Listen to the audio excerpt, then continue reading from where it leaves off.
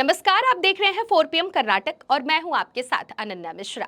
कर्नाटक की 3 सीटों पर होने वाले उपचुनावों को लेकर सियासी पारा हाई हो चला है।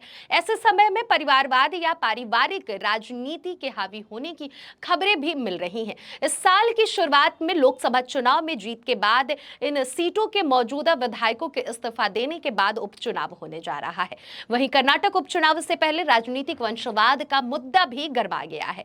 देखा जाए तो सभी प्रमुख दलों ने स्थापित नेताओं के साथ मजबूत पारिवारिक संबंधों वाले उम्मीदवारों को मैदान में उतारा है, जो कर्नाटक में पारिवारिक राजनीतिक में व्यापक प्रभाव को उजागर करता है। कर्नाटक की 3 विधानसभा सीटों पर उपचुनाव को लेकर राज्य में सियासत गर्म हो गई है।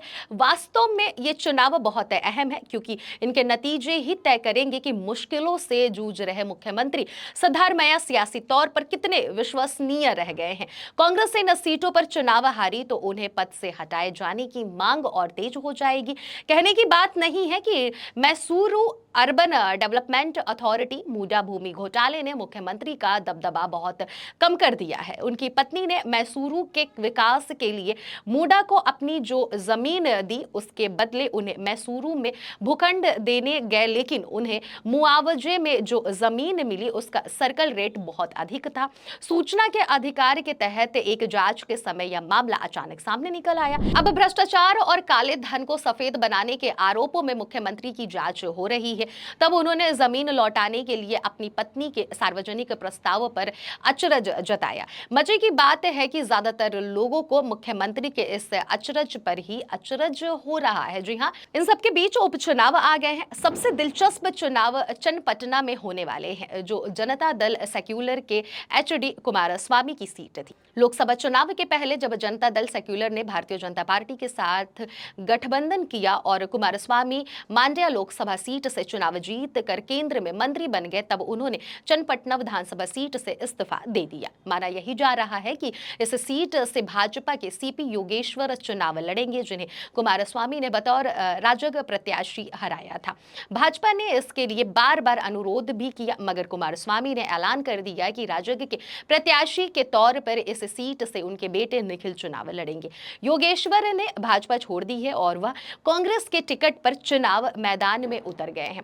इसीलिए यह सीट राजग और मुख्यमंत्री दोनों के लिए प्रतिष्ठा का प्रश्न बन गई है। यहाँ वोक्कालिगा समुदाय का दबदबा है, जहां कांग्रेस और जनता सेक्युलर कटु प्रतिद्वंदी है। भाजपा के पूर्व मुख्यमंत्री बसवराज राज बोम्मई की सिग्गांव सीट भी उतनी ही महत्वपूर्ण है। कांग्रेस ने अगर यह सीट जीत ली तो उसकी जीत किसी तख्ता पलट से कम नहीं होगी। बोम्मई साल 2008 से इस सीट पर जीतते आ रहे हैं और अब उनके बेटे तथा अभिनेता भरत इस सीट से दावेदार हैं। संदूर सीट बेल्लारी क्षेत्र में है। जब कांग्रेस के तुकाराम बेल्लारी के सांसद बने तो उनकी ख्वाहिश थी कि उनकी बेटी इस विधानसभा सीट से चुनाव लड़े, मगर यहां से उनकी पत्नी लड़ रही हैं और खुद मुख्यमंत्री कह चुके हैं कि कांग्रेस यहां से चुनाव जीतेगी। इससे मुख्यमंत्री पर दबाव बहुत बढ़ गया है, जो अपने पद पर बने रहने के लिए कड़ा संघर्ष कर रहे हैं। मगर ज्यादातर विश्लेषकों का कहना है कि उनके खिलाफ सबूत बहुत ठोस है। बहरहाल सिद्धारमैया के लिए यह नई बात नहीं है। जनता दल सेक्युलर से नाता तोड़कर कांग्रेस की सदस्यता उन्होंने साल 2005 में ही ले ली थी, मगर अब भी उन्हें कांग्रेस में नवागत ही माने जाते हैं। उन्हें राजनीति में राह दिखाने वाले HD देवेगौड़ा इस विलक्षण राजनेता और शानदार वक्ता के बड़े प्रशंसक थे। जनता दल सेक्युलर की सरकार में देवेगौड़ा ने उन्हें उप मुख्यमंत्री तो बनाया, लेकिन मुख्यमंत्री बनाने से इनकार कर दिया। इस पद के लिए उन्होंने अपने बेटे को तरजीह दी, जो स्वाभाविक भी है। सिद्धारमैया साल 2005 में पार्टी छोड़कर कांग्रेस में चले गए। उनके साथ कुछ विधायक भी गए और सभी को आगामी चुनाव में टिकट दिया गया। साल 2013 के विधानसभा चुनाव के बाद इन्हीं विधायकों के भरोसे उन्होंने दावा किया था कि उन्हें कांग्रेस विधायक दल के सभी 121 सदस्यों का भरोसा हासिल है।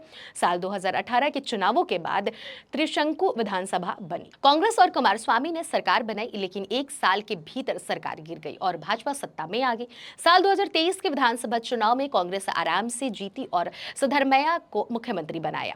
पिछले कई अवसरों की तरह इस बार यह पद उनके हाथ से निकला नहीं, लेकिन अब मुख्यमंत्री के लिए हालात सहज नहीं है। जी हां, बाहरी होने की अपनी छवि का हवाला देने के बावजूद, पहले भ्रष्टाचार का कोई इल्जाम न होने के बावजूद और अपनी चतुराई और जबरदस्त कन्नड़ बोलने के बावजूद सिद्धरमैया जानते हैं कि उन्हें पद छोड़ना पड़ सकता है, जो सम्मानजनक विदाई होगी। कम से कम 3 मंत्री उन्हें हटाने के लिए बैठक कर चुके हैं। उपचुनाव के नतीजे संख्या की दृष्टि से कांग्रेस सरकार की स्थिरता पर असर नहीं डालेंगे, चाहे पार्टी तीनों सीट ही क्यों ना हार जाए, परंतु मुख्यमंत्री की स्थिति पर इसका असर होगा, यह अलग मसला है। ऐसी ही तमाम राजनीतिक खबरों को देखने और जानने के लिए देखते रहिए 4PM कर्नाटक। धन्यवाद।